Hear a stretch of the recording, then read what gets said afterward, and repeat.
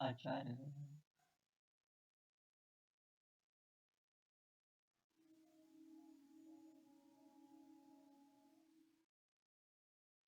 Doctor Ram Kumar Verma जी के द्वारा रचित एकांकी दीपदान, इसका पाठ परिचय क्या है, इसका पूरी एकांकी पढ़ते हैं क्या है। पिछली में एकांकी में प्रस्तुत है कि 16वीं शताब्दी की जो चित्तौड़ दुर्ग में क्या होता है, 16वीं शताब्दी के चित्तौड़ दुर्ग की ऐतिहासिक घटना को डॉक्टर राम कुमार वर्मा ने अत्यंत मर्मस्पर्शी ढंग से एक अत्यंत भावों के साथ प्रस्तुत किया है।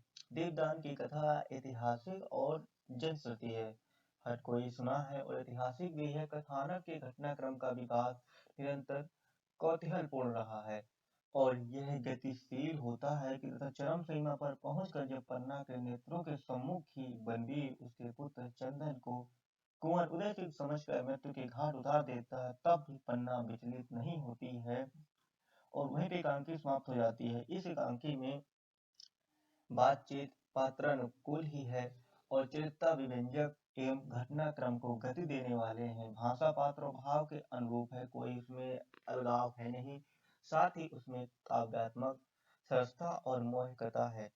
संपूर्णता दीपदान में वर्मा जी की सफल ऐतिहासिक एकांकी है। ऐसी एकांकी एक सफल ऐतिहासिक एकांकी है जो चित्तौड़ की बलिदान की भव्य परंपरा का एक स्वर्ण पृष्ठ हमारे सम्मुख खोल देता है। इस पात्र परिचय क्या है, इस कहानी का कुंवर उदय सिंह क्या होता है। प्रवेशानुसार में कुंवर उदय सिंह चित्तौड़ के स्वर्गीय महाराणा सांगा के सबसे छोटा पुत्र, राज्य का उत्तराधिकारी था और आयु में 14 वर्ष कम था और यानी वह पूरी अवस्था में न होने के कारण वो राजा बन नहीं सकता था। इसके आगे पूरी कहानी है। दूसरे पात्र है इसमें पन्ना, जो क्या है कुंवर उदय सिंह की धाय माँ है। एक त्यागमयी वीरांगना कुंवर उदय सिंह का संरक्षण करने वाली धाय माँ है, जिनकी उम्र 30 वर्ष है। फिर एक सोना है, सोना रावल स्वरूप सिंह की लड़की है। सोना रावल स्वरूप सिंह की लड़की है, अत्यंत रूपवती और नटखट है, आयु में 16 वर्ष की है। चंदन चंदन धाय माँ का पुत्र साहस और स्नेह का प्रतीक है, जिसकी उम्र 13 वर्ष है। शामली अंतःपुर की परिचारिका है। ये शामली है, इस पूरे एकांकी में शामली अंतःपुर की परिचारिका है, जिनकी उम्र 28 वर्ष है। और कीरत क्या है, जूठी पत्थर उठाने वाला एक बारी है, जिसकी उम्र 60 वर्ष है। और इसमें अगला पात्र है बनवीर। बनवीर कौन है, महाराणा सांगा के भाई पृथ्वीराज का दासी पुत्र है।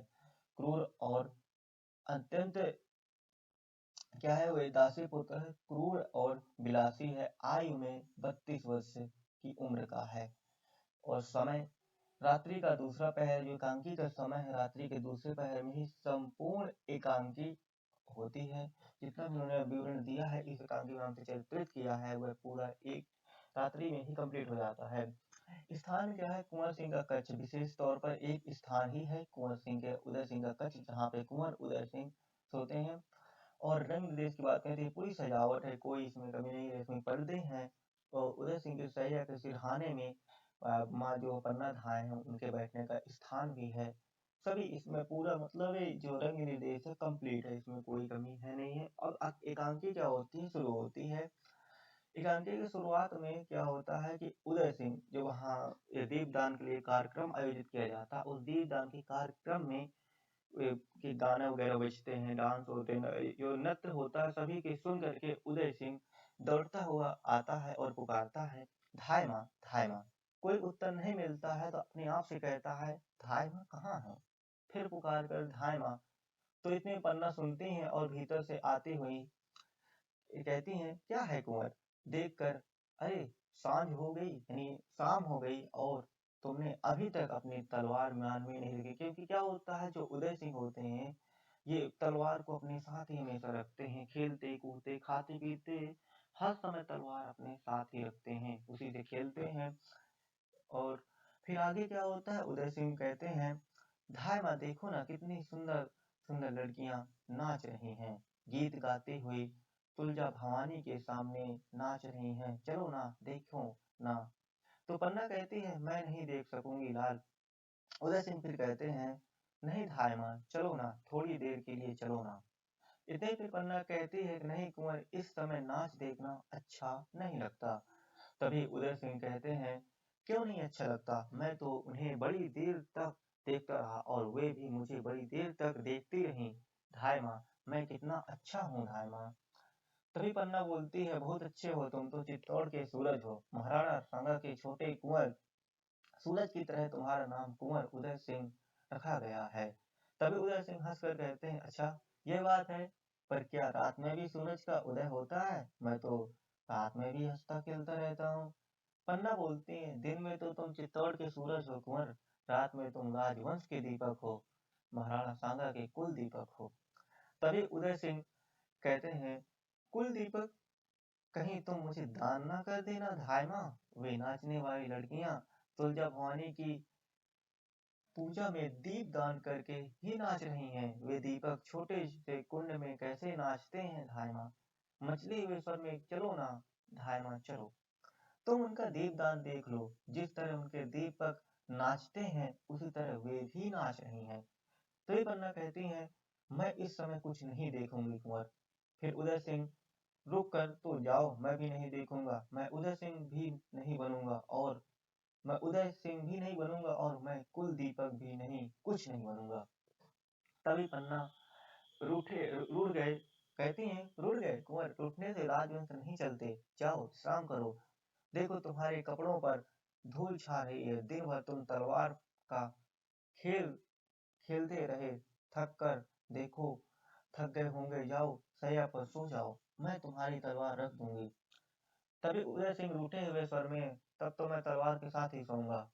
पन्ना, अभी वह समय नहीं आया कुंवर, चित्तौड़ की रक्षा में तुम्हें कई दिनों तक तलवार के साथ ही सोना पड़ेगा। फिर उदय सिंह कहते हैं रूठे हुए स्वर में, तुम तलवार से डर लगता है? ये नहीं कहते तुम्हें तलवार से डर लगता है, जो बार बार तलवार रखने की कहती हो। तभी पन्ना फिर कहती है, तलवार से डर नहीं, चित्तौड़ में तलवार से कोई नहीं डरता कुंवर, जैसे लता में फूल खिलते हैं ना, वैसे ही वीरों के हाथ में तलवार खिलती है, तलवार चमकती है। उदय सिंह उसी तरह रूखे हुए स्वर में बोलते हैं, मतलब रूठे हुए स्वर हैं उनके बोलने में, उनको थोड़ी से ऐसा गुस्सा टाइप में, तो आप मेरा मन बहलाने लगी, तुम नाच देखने नहीं चलती तो मैं ही नहीं अकेला जाऊंगा, मैं जाता हूँ। फिर क्या होता है, जाने के उधर होता है, जाने लगता है। तभी पन्ना, नहीं कुंवर, तुम कभी रात में अकेले नहीं जाओगे, चारों तरफ जहरीले सर्प घूम रहे हैं, किसी समय भी तुम्हें डस सकते हैं। तभी उदय सिंह कहते हैं, सर्प? कैसे सर्प? पन्ना, तुम नहीं समझोगे कुंवर, जाकर सो जाओ, थक गए होंगे, भोजन के लिए मैं मना लूंगी। तभी उदय सिंह फिर कहते हैं, नहीं, आज मैं भोजन नहीं करूंगा और ना ही अपनी सैया पर ही सोऊंगा। फिर क्या होता है, प्रस्थान के लिए उदय सिंह का प्रस्थान होता है, वो चले जाते हैं। फिर पन्ना कहती हैं, चले गए कुंवर का रूठना भी मुझे अच्छा लगता है, मना लूंगी, नाच गाना दीपदान, इसी से चित्तौड़ की रक्षा होगी, चित्तौड़ में यह बहुत हो चुका है, बहुत हो चुका है, अब तो बनवीर का राज है। तभी एक नगोल नाद करते हुए एक किशोरी का प्रवेश होता है। किशोरी कहती है, धाय माँ को प्रणाम। पन्ना, कौन? किशोरी कहती है, मैं हूँ सोना, रावल स्वरूप सिंह की लड़की, कुंवर जी कहाँ हैं? तभी पन्ना कहती है, वे थक गए हैं, सोना चाहते हैं। सोना, सोना चाहते हैं तो मैं भी तो सोना हूँ। अट्ठास में हंसी मजाक के तौर पर बोलती है, सोना चाहते हैं तो मैं भी तो सोना हूँ। पन्ना, तभी क्या कहते हैं, पन्ना, चुप रहे सोना, कुंवर जी रूठ कर सोने चले गए हैं, तुम लोग कुंवर को नाच गाने की ओर खींचना चाहती हो। तभी सोना कहती है, क्या तुलजा भवानी के सामने नाचना कोई बुरी बात है? आज हम लोगों ने दीपदान किया, मन भर कर नाचा, यूं नाचती हैं कुंवर जी, तो नाच बताते हैं कि कुंवर जी भी तो बड़ी देर तक हमारा नाच देखते रहे, मैं भी तो उन्हें देखकर बहुत नाची, उनको हमारा नाच बहुत अच्छा लगा, बहुत अच्छा लगा, देखो पैरों की यह ताल, नुपुर की झनकार कितनी अच्छी है।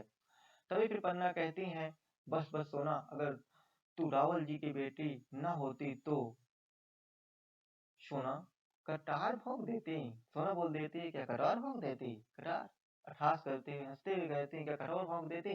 धाय माँ, तुमने उदय सिंह के सामने तो अपने पुत्र चंदन को भी भुला दिया, तुम्हारे मातृत्व को भी भुला दिया। तुम्हारे मातृत्व में उदय सिंह ऐसे समाये हैं जैसे कटार को अपने हृदय में रखने के लिए म्यान में ने अपना हृदय खोखला कर दिया हो। हंसती है खोखला। पन्ना बोलती है, ये कविता रहने दो, जानती नहीं बनवीर का राज है।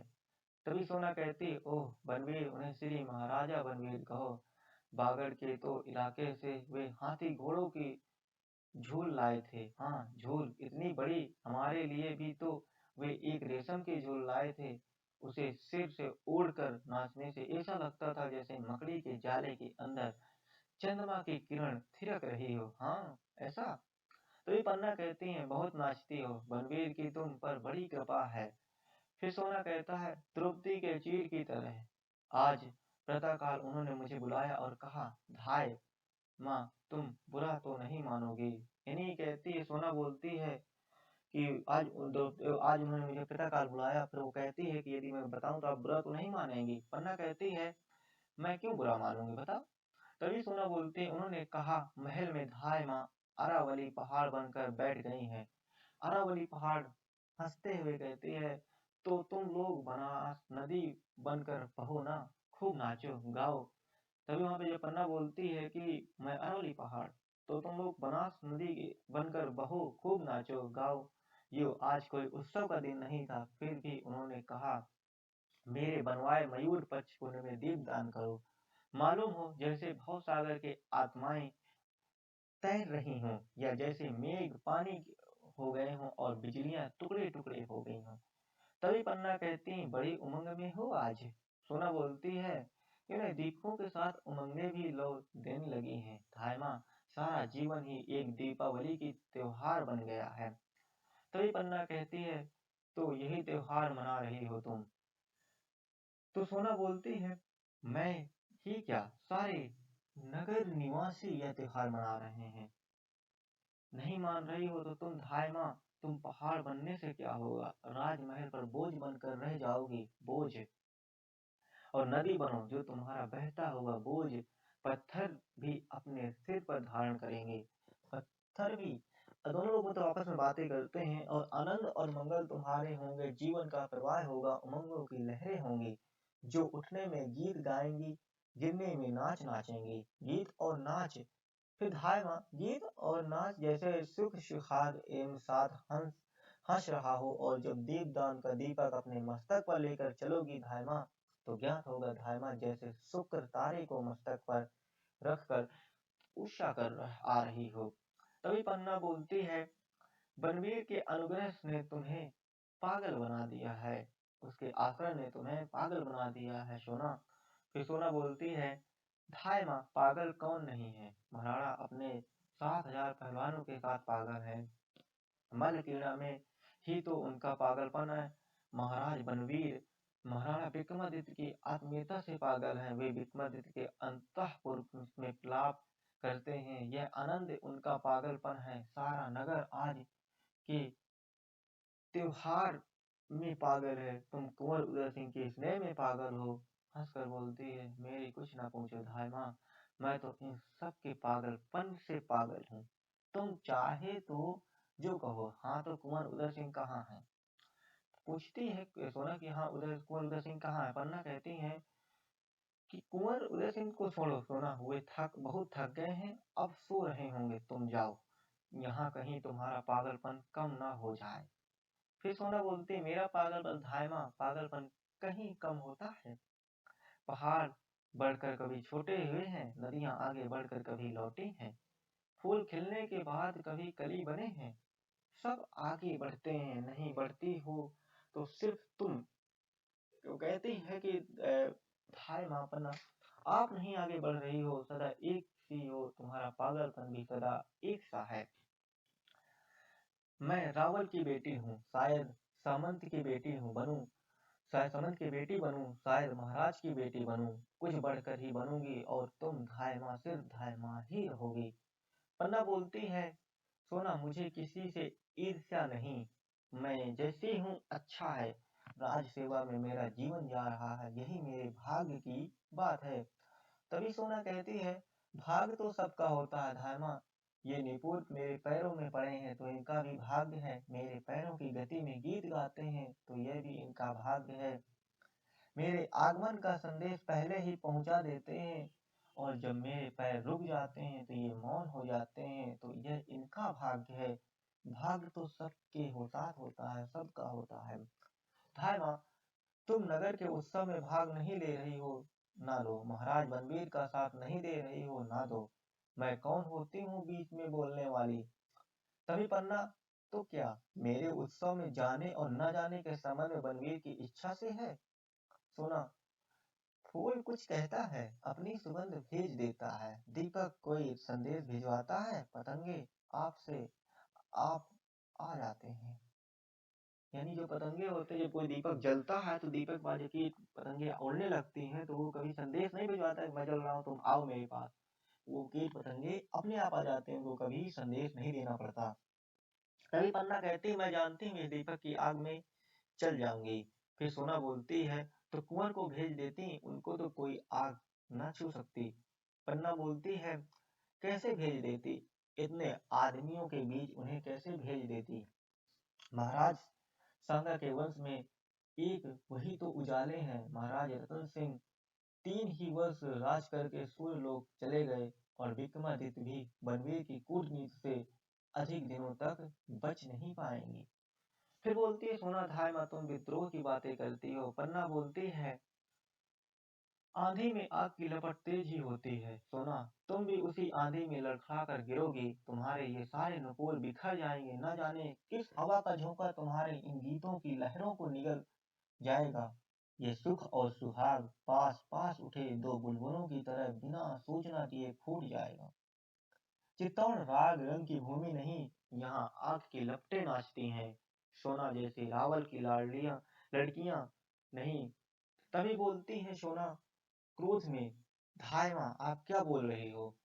पन्ना बोलती बलवीर की आग की कलियों तुम्हारे पीछे काली राख है, यह मत भूल जाना, ये अतृप्त इच्छाओं की चिंगारियां अधजली होकर चिटकेंगी और चित्तौड़ की आंखों में किरकिरी बनकर घूमेंगी। यह आग की ज्वाला हवन कुंड को भी जला देगी। सोना इसे बुझा दो, तुम्हारे इस त्योहार से चित्तौड़ परिचित नहीं है और यहाँ का त्योहार आत्म बलिदान है, यहाँ का गीत मातृभूमि की वंदना का गीत है, उसे सुनो और समझो। सोना शांत स्वर में समझ लिया धायमा। पन्ना बोलती है तुम यहाँ से जाओ, देखना इस त्योहार के पीछे कोई कूटनीति न हो, बनवीर से पूछना इस राग रंग का क्या अर्थ है। सोना कहती है वह मेरी समझ में नहीं आवेगा धायमा। पन्ना बोलती है तो जाओ, दिशाओं की तरह उसकी हंसी में डूबी रहो, तुमसे प्रतिध्वनि भी न निकल सकेगी। सोना का धीरे धीरे प्रस्थान, उसके नुपुर धीरे धीरे बजते हुए दूर दूर तक सुन पड़ते थे। तभी पन्ना, अंधेरी रात में यह राग रंग नगर के सब लोगों का जमाव कुंवर उदय सिंह के लिए बुलावा, ये सब क्या है। इतने में क्या होता है कि जो धाय माँ का पुत्र होता है चंदन उसका प्रवेश होता है। चंदन बोलता है दूर से पुकारते हुए धाय माँ माँ। पन्ना कहती है क्या है मेरे लाल।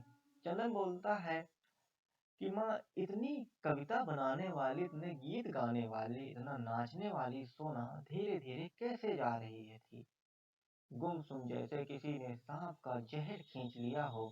पन्ना बोलती है सांप का जहर।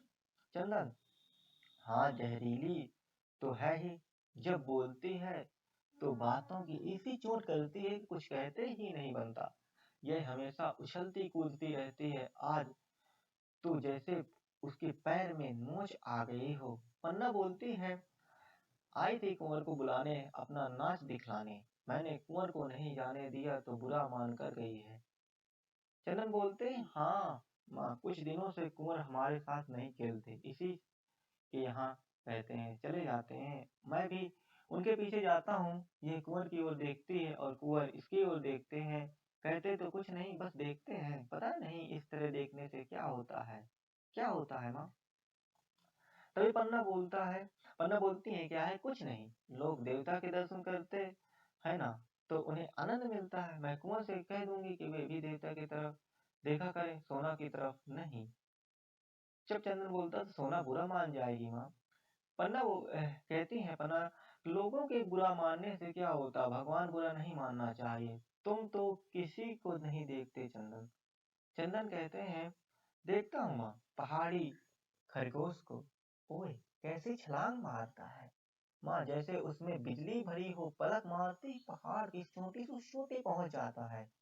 पहाड़ी खरगोश से बढ़कर और कौन सी चीज है, उसे देखकर फिर किसी को देखने की इच्छा होगी।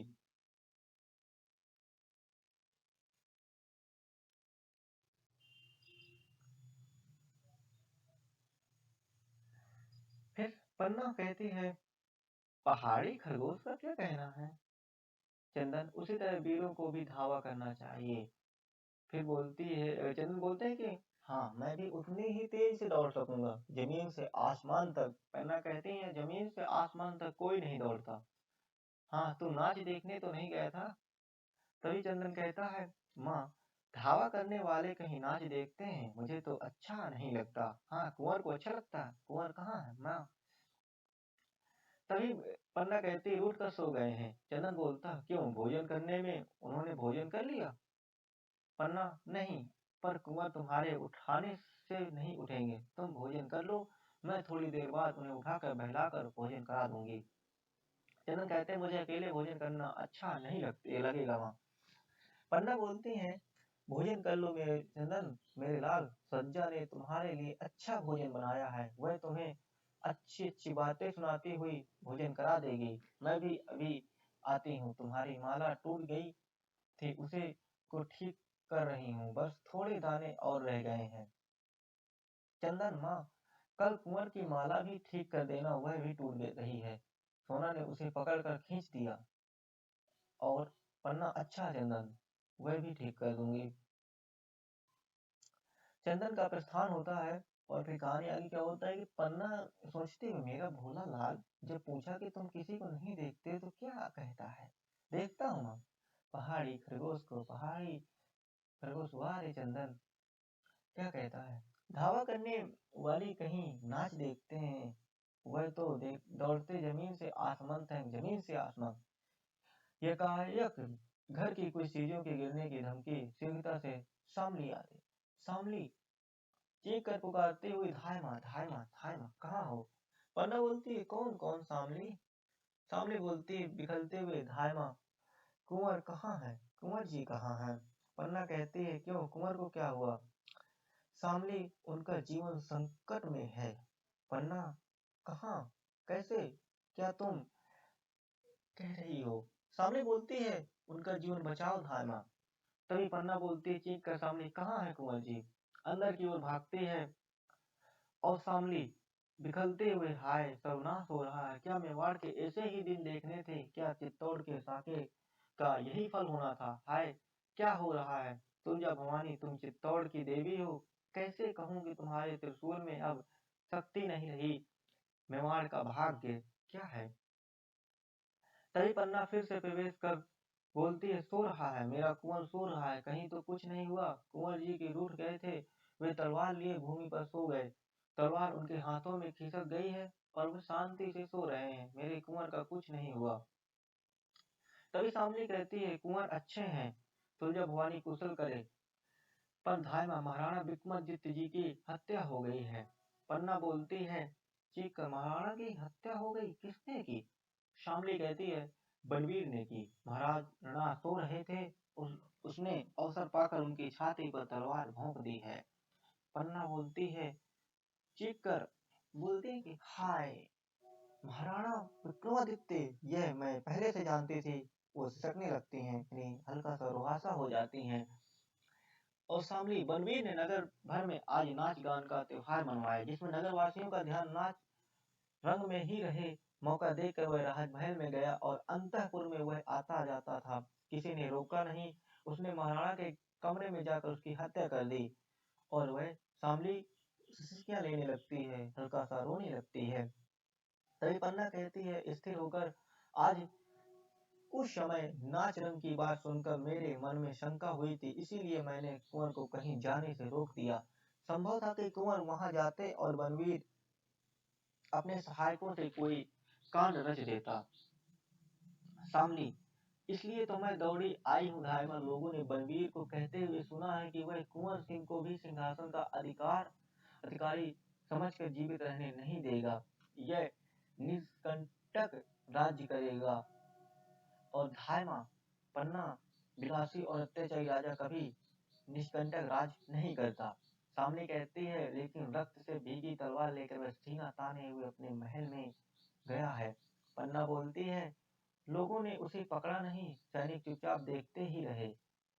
सामने बोलते, सैनिकों ने उसे अपनी तरफ मिला लिया है।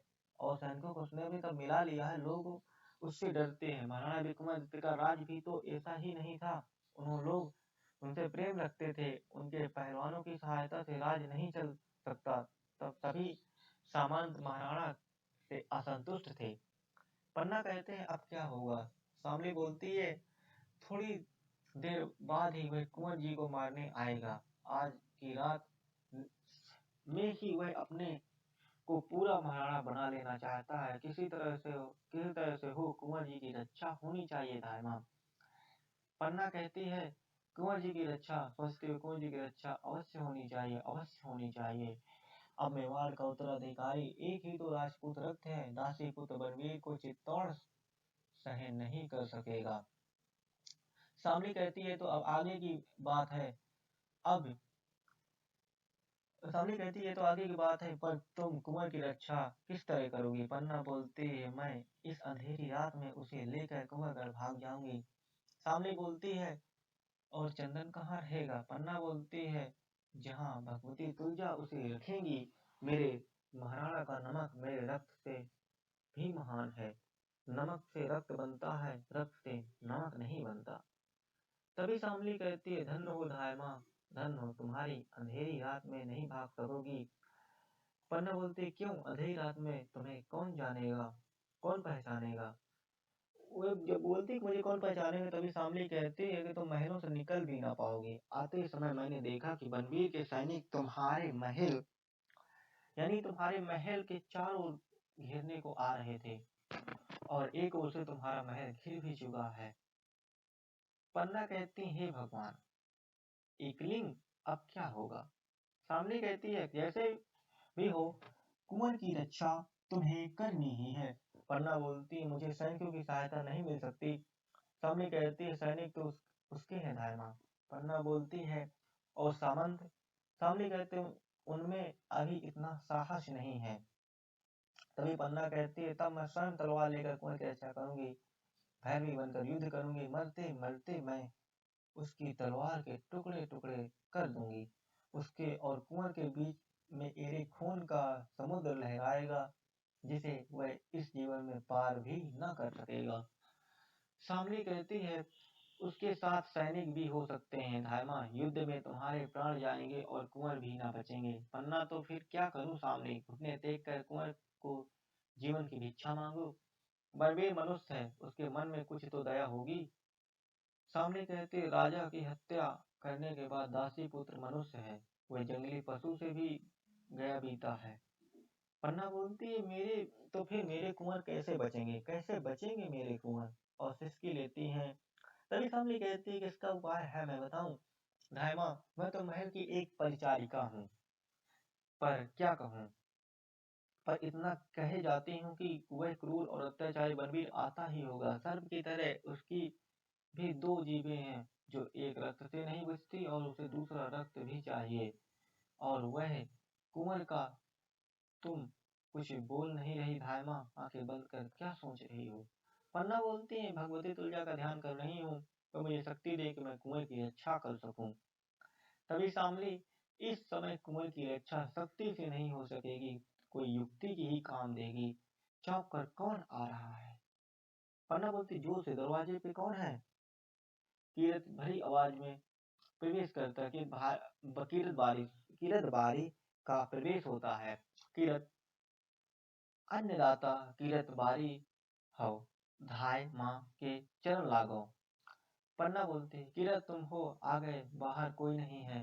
किरत, अन्नदाता, बाहर सिपाहियों का डेरा लग रहा है। जान नहीं पड़ता अन्नदाता की आधी रात को यह कहाँ हो रहा है, क्या हो रहा है पता नहीं चलता, समझ में नहीं आता। पैरों से किसी का भी पैसेरा नहीं हो पाता, मैं तो बारी है उसे कोई बोला नहीं। तो पन्ना बोलती है तो तुम बेखटके चले आए कीरत। अन्नदाता मैं तो जूठी पत्थर उठाता हूँ, कोई माल मता तो मेरे पास है नहीं, टोकरी है उसमें पत्ते हैं और कुंवर जी ने व्यालू पर ली धायमा, मैं जूठन पालूं। पन्ना कहती है नहीं। तो कीरत कुंवर जुग जुग जुग जुग जुग जिए धायमा, जब से कुंवर की बूंदी से आए हैं तब से सगर महल में उजियार फैल गया है। राणा विक्रमादित्य जब हर भजन करेंगे तब धायमा अपना चौर छतर कुंवर जू को ही सौंपेंगे, और जब कुंवर जू राणा होवेंगे तो सगर जहान उनको बंदगी करने आएगा। सच जानो धायमा कुंवर जू के स्वरूप दर्शन दाखिल है, मैं उनके लिए अपनी जान तक हाजिर कर सकता हूँ। तो धायमा ठहर कर सोच कर कुछ सोच रही होती हैं और पन्ना कह चौंक कर बोलती हैं, हाँ मैं सोच रही हूँ कामली से, तुम बाहर जाके देखो सिपाही कहाँ। वो सिपाही सामली से कहते हैं कि तुम बाहर जाके देखो सिपाही कहाँ कहाँ खड़े हैं और कितने सिपाही हैं। तभी सामली बहुत अच्छा धायमा मैं जाती हूँ प्रस्थान करती है। फिर पन्ना बोलती है, तो कीरत तुम कुंवर जी को बहुत प्यार करते हो। कीरत कहता है, अन्नदाता प्यार करने में जबान पर कैसे आवे, तो दिल की बात है मौके पे ही देखा जाता है, और कहने को तो मैं कह ही चुका हूँ, उसके लिए अपनी जान तक हाजिर कर सकता हूँ। तभी पन्ना कहती हैं, जान तक हाजिर कर सकते हो। कीरत कहते हैं, ऐसी बात तो मैं तीन तीर बाचा नहीं। वो कहते हैं कि ऐसी बातों में तीन तीर बाचा नहीं, हालात धायमा मौके में ही देखा जाता है। पन्ना बोलती है तो वह मौका आ गया। कीरत कीरत मौका कैसा मौका। पन्ना बोलती हैं कि कुंवर जी को बचाना है। तो कीरत बोलते हैं, कौन कौन के सिर पे भैरव बाबा की आंख चढ़ी है जो कुंवर जी का बाल विवाह का कर सके। और कीरत के रहते धायमा पन्ना, नहीं कीरत हंसी का समय नहीं है, कुंवर जी के प्राण सच में संकट में हैं। तो कीरत बोलता है, कौन है जिसने सूरज पे धू छाला है। तो क्या बोलता है कि पन्ना बोलती है बनवीर। तो कीरत, अरे वो बनवीर जो महाराणा विक्रमादित्य के दरबार में बंदर सरीखा नाचता है। पन्ना, बहुत बातों का समय नहीं है कीरत, बोलो कुंवर जी को बचाओगे। कीरत, तो मैं तलवार ले आऊं।